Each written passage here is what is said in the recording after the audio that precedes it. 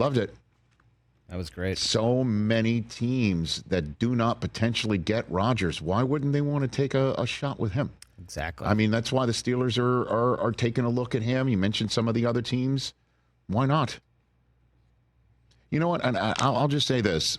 You know, certainly in this day and age, back when I love talking like I'm a graybeard, which, by the way, I am. In my day. No, but when everything started with the Combine, if somebody transferred to 3 schools and stayed in college 7 years is a problem. Oh, yeah. Yeah, back in... There is a problem. Like, why wouldn't a program, if he was so good, keep him? Why wouldn't he stick around? And, you know, we are seeing more and more and more and more because of the COVID year. And we're seeing more and more and more of transfer portal and NIL and things like that. Guys are going to different spots. And you heard, you know, 5 offensive coordinators. Jalen Hurts is on another one, by the way, coming up, right? Yeah. Didn't we? I spoke to Jalen Hurts prior to the Super Bowl for game day morning, and I'm like, you know, you keep changing offensive coordinators. And he said, tell me about it. Said the guy who's about to be the MVP of the Super Bowl and win it. Right. You know, tell me about it. And quarterbacks, Joe Burrow's a comeback player of the year after having gotten hurt twice. He transferred. So Shough, when he says, you know, hey, I've been benched, I've won, I've been carted off, I've rehabbed, I've gotten sent around, I've had to do it over and over again with new voices in my ears, different terminology, different coordinators. That does mimic the pros. And he started naming guys like Nix and Daniels and Penix. He's not wrong.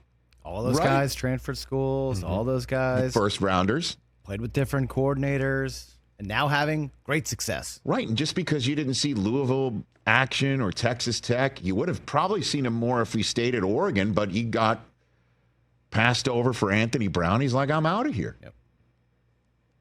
You know, backed up Herbert. That's how he started. So if you're the Steelers, you don't get Aaron Rodgers. Do you draft Tyler Shough 21st overall? You take that shot? If you're the Giants and you don't get Rodgers and you choose Travis Hunter 3rd overall, or say Abdul Carter drops to you.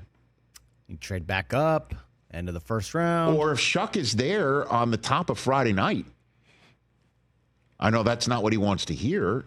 Certainly, if you're sitting with your friends and family all Thursday night waiting for the phone to ring, that's a long Thursday night. But you know, no, but we saw the Ravens do it. You want that extra year of control with quarterbacks. You want to pop back in, sure. You want to pop back in, 28, 29, 30.